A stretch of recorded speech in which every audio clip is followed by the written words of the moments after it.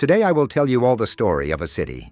In this city there was a very just and placid king, meaning he was extremely calm and peace-loving. One day this king made an announcement. I want a grand arch to be built at the entrance of our kingdom. This arch will represent my success and greatness. In the center of the arch, there should be enough space for me to stand and enlighten people. Basically, he needed a platform to give speeches from. Now, of course, no one would dare go against the king's orders, so all the workmen got to work and created this arch. Once the arch was completed, the king decided to visit it and deliver a speech. He rode out in full royal fashion, on horse, palanquin, elephant, or whatever he had. And as he passed through the arch, his crown hit the top of the arch and fell to the ground. This angered the king greatly. He was deeply upset and said, "This is a disgrace. It's a huge embarrassment that your king's crown has fallen in public." He then ordered that the chief builder of the project be brought to him, declaring that he would be hanged immediately. A noose and gallows were quickly arranged, and the chief builder was summoned.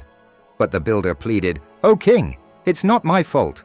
I had given proper instructions to the workers, but they didn't follow them correctly." Since the king was very just and peaceful and could not bear injustice, he let the builder go. Then the king said, "If it's not the builder's fault, then the workers should be punished." So the workers were called. Surprised and scared, they replied, "Your Majesty, we're not at fault either. The bricks we were given were of smaller size." The king then realized that the workers might be right, so he summoned the mason, the one who made the bricks. The mason, trembling with fear, said, "It's not my fault either.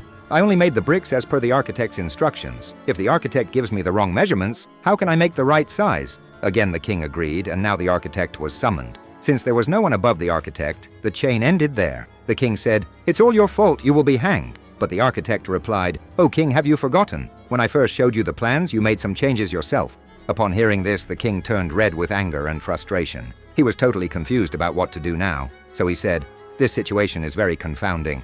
I cannot make this decision alone. Bring me the wisest person in the kingdom."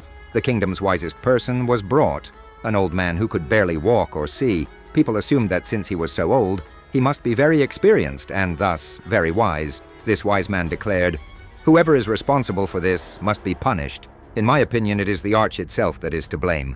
The arch should be hanged." Someone in the crowd shouted, "How can we hang the arch? It's the arch that has touched our king's head." The king said, "Yes, that's true too. You're quite right." Then the crowd became very angry, shouting, "So much time has passed and still no one has been punished." The king finally said, "All right, let's forget whose fault it was." A rope was made for hanging, and everyone's necks were measured. The person whose neck perfectly fit the noose and whose height matched the gallows would be hanged. Out of everyone, only one person's measurements fit exactly, and that person was the king himself. Since it was the king who had given the order and the measurements matched, the king was hanged. As the king was hanged and his head went into the noose, the ministers present said, "Thank God someone was finally hanged. If no one had been punished, the crowd might have turned on us." But now they were faced with a dilemma. Who would be the next king? So they organized a ceremony and declared that whoever passed under the city gate first would be made king. At that moment, a madman happened to wander through the city gate. The guards shouted, "Stop! You must decide who our next king will be." The madman simply replied, "Melon, melon," because that was his answer to everything, no matter what he was asked.